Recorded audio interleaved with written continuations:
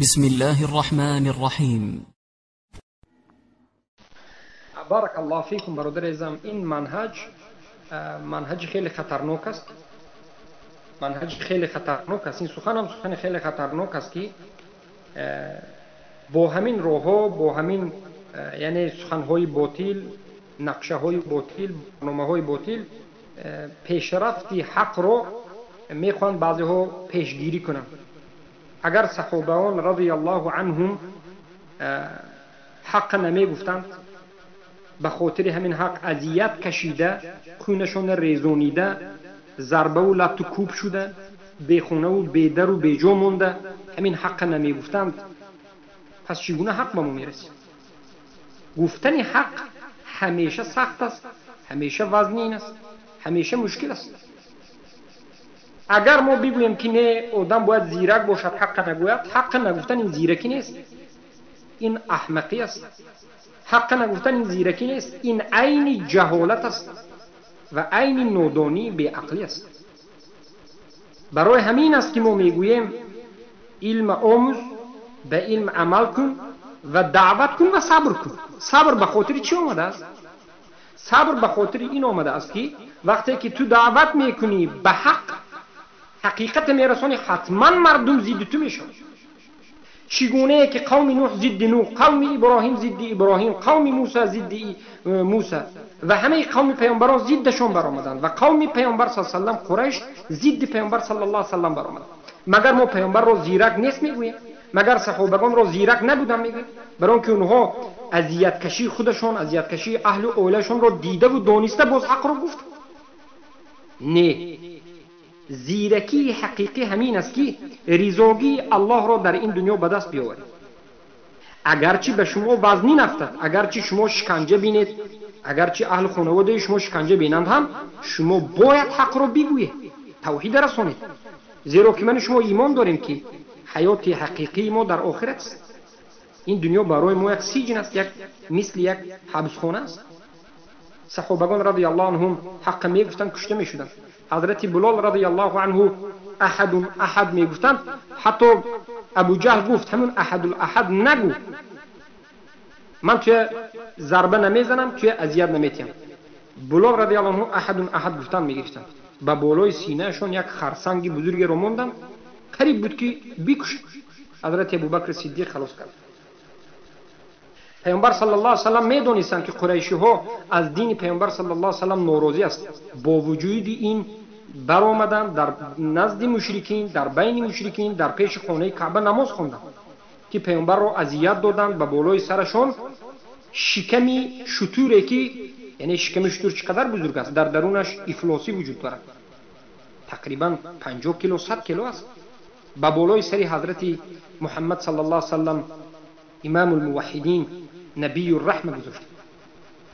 هیچ کسی نبود که پیامبر را از این شکم شتور خلاص بکند، از بالای سر پیامبر بگیرد.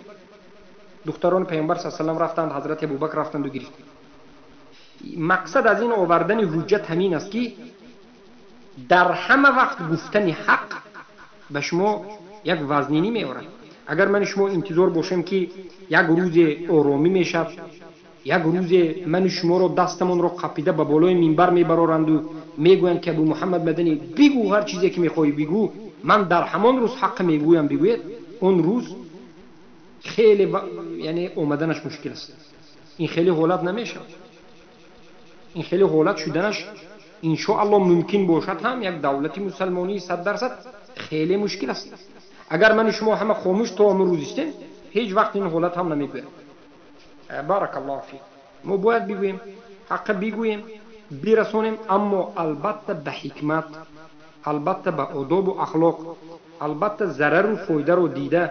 بعضی جاهایی که بعضی سخن گوید به شما ضرری سخت میرسد، زد و خورد یا که شما رو به حبس کمی خودتون میدارید، بعضی جا که بگویید باکی ندارد میگویید، انا همچنین توکل میکنید میگوید، لیکن بدونید که همیشه به شما ضرر میآید، همیشه به شما طاقت‌ها ضرر میرسونند و همیشه مردم شما رو بدگویی میکنند. خیلی کمی پیامبران رو گفت.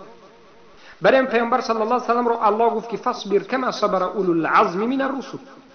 ای محمد صبر کن به اذیت و به دشنام و به تهمتی که مردم تو را میکنن صبر کن. شگونه ای که پیش از تو آمده پیامبران اولوالعزم از همه پیامبران بزرگ، عیسی، موسی، نوح، ابراهیم، یا که نوح، ابراهیم، موسی، عیسی صبر کرده بود. من شما حق میگن صبر میکنین. بارک الله فیک. نگفتن حق زیرکی نیست. پنهان شده گشتن نگفتن حق این یک نفاق است. چخیلی که امروز بسیار طالب علم ها حق میدانند نمیگویند و دروغ به خودشان بعض سبب‌های میبرند که این است و آن است. اگر من شما سبب کوبیم تا روز مردن سبب زیاد است، حق گفتن نمیتونید. سبحان الله. این نفاق است که حق بدونید نگویید. ببینید که مردم شما، ملت شما، هم زبان شما، هم قوم شما دارند شب و روز به کفر غوطه میزنند، شما همونها به حق نرسونید. امروز چقدر طالب علم زیاد است، ما خیلی هاش میزنیم. حتی یک واقعه شده بود در نزد من، یک چند برادرها بودن، یک 3-4 سال پیش ما با حزبی ها بحث شدید کردیم در یک کوچه، در یک راه که دموکرات کفر است. من میگفتم دموکرات کفر است و شما مرتد هستین، مشرکین هستین، به خاطر اینکه شما به دموکرات یعنی دعوا میکنین که حکم میدین. در همینجا 3 طالب علم دیگر بود یا 3-4 طالب علم دیگر بود. همون حزبی گفت تمام ابو محمد مدنی تو دیمیست. این 3 طالب علم دیگر، یکیش در مصر، یکیش در دوی دیگرش در سعودی، یکیش در مدینه، یکیش در ریاض 10 سال 15 سال خوندگی است. به اینها سوال میکنم دموکرات یک کفر است یا نیست؟ گفت 3 طالب علم جی میسودن. وقتی که من با یکی اونها صحبت کردم میگفتم که چرا اونجا نگفتی که کفر است؟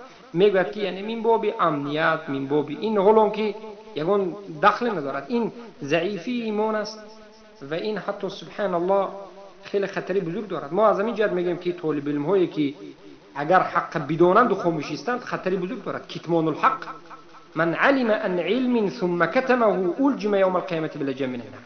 پیامبر صلی الله علیه و سلم در حدیث گفتند هر کسی که علم بداند، حق بداند اما نگوید، پنهان کند، همین علمش به او یک لجام آتشین می شود و به جهنم داخل میکند.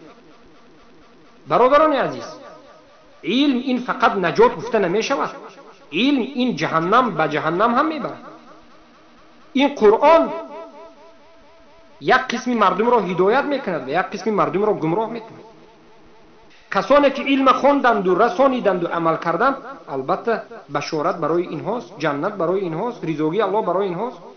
کسانی که علم خواندند و حق نرسانیدند و حق باطل به مردم جدا کردند، نرساندند، خیانت کردند، علمشون در روز قیامت به اینها دعوا میکنند. بالعموم اهل توحید باید شما حق در گوشه نباشید رسانید، حق رسانید. اما بار دیگر میگم با حکمت، به حقارت و به دشنام، حرمت کلانسالا را، حرمت پدر مادر را بجا آورده. چیزی که در قرآن و سنت آمده است در همون از او بیرون نشده. وقتی که ما حرمت بجا آورده میگیم، اگر پدر مادر کافر باشد معناش این نیست که من پدر مادرم احترام میکنم، من اونها رو کافر نمیگم. نه، کافر باشه کافر است، اما شرط نیست که به زبان بگویی که او کافر است.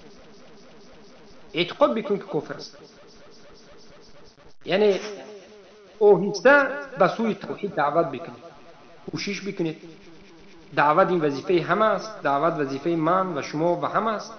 این روزه این اینترنتی که است، سبحان الله، این یک خیلی فضیلتی بسیار الله سبحانه و تعالی به ما به واسطه همین اینترنت ها نصیب کرده است که می در روی یک صفحه میکشوید، 5-10 نفر داخل میکنید، حق میرسونید. مبارزه برید با اهل بدعت، مبارزه برید با اهل کفر شرک. جهمی ها را جهمی بگویید، مداخله را مداخله بگویید، حزبی را حزبی بگویید، کفار و مشرکین را کفار و مشرکین بگویید، طاغوت را طاغوت بگویید، خوارج را خوارج بگویید. اهل سنت و جماعت را جدا بکنید و بدانید و در عقیده خود استوار باشید، ثابت قدم باشید. بارک الله فیک.